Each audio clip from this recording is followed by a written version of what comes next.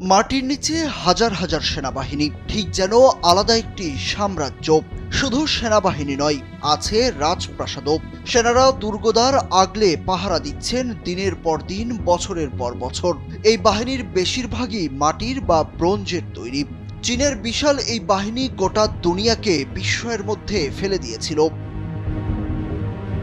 দেশটির প্রথম রাজা কিন শি হুয়ান মৃত্যুর আগে নিজের সমাধিতে তৈরি করে গেছিলেন এই বিশাল বাহিনী এবং রাজপ্রাসাদ।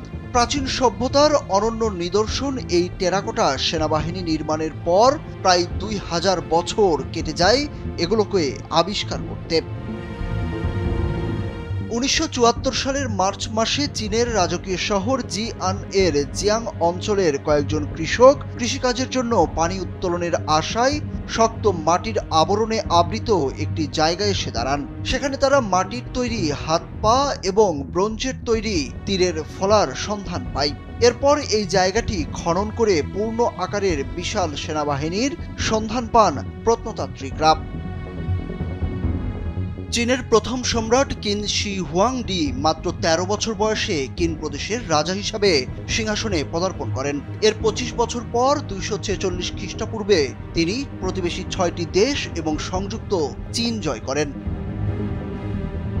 সিংহাসন অভিগমনের অল্প কিছু সময় পর তিনি নিজেই তার কবর তৈরি করেন। কবরে তার নিরাপত্তা ও পরজন্মে শাসন করার লক্ষ্যে মাটির তৈরি বা টেরাকোটার একটি বিশাল বাহিনী তৈরি করেন। 7 লক্ষেরও বেশি শ্রমিক খাটিয়ে 36 বছর সময়ে তিনি 8000 সেনা নির্মাণ করেন। চীনের ইতিহাসের সবচেয়ে গুরুত্বপূর্ণ এবং বিখ্যাত এই সম্রাটের উল্লেখযোগ্য অর্জন হল চীনা অক্ষরের প্রমিতকরণ মুদ্রা এবং পরিমাপক ব্যবস্থার একটি মানদণ্ড প্রণয়ন। শুধু তাই নয়, কৃষি ব্যবস্থার সংস্কার এবং চীনের দক্ষিণ সীমান্ত অঞ্চলে আত্মরক্ষামূলক দুর্গ নির্মাণ করেন, the great wall of China নামে পরিচিত। রাজা কিনশির সমাধিটি শানজি প্রদেশের জিআন অঞ্চলের কাছাকাছি লিংটনে অবস্থিত। সম্রাট নিজেই এই জায়গাটি তার নিজের সমাধি নির্মাণের জন্য নির্বাচন করেছিলেন, কারণ এই জায়গাটির আশেপাশে ভূগর্ভে প্রচুর স্বর্ণ এবং মূল্যবান পাথরের বিশাল সমাহার ছিল। সমাধিটির আয়তন প্রায় 56 বর্গ কিলোমিটার।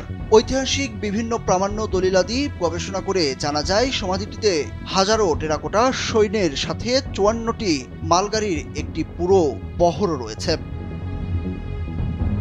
গবেষকদের ধারণায় এই সমাধি এবং সমাধির আশপাশে মোট 81টি মালগাড়ির একটি বহর এখনো ভূগর্ভে অক্ষত অবস্থায় রয়েছে।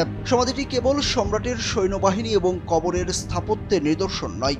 ইতিহাসবিদ সীমা কিয়ানের ধারা বিবরণী অনুসারে এই সমাধিতে একটি পূর্ণ মন্দির, ধন দৌলত সহ পারদের হ্রদ এবং বহমান নদীও থাকতে পারে। সুরুজ আহমেদ, কালবেলা।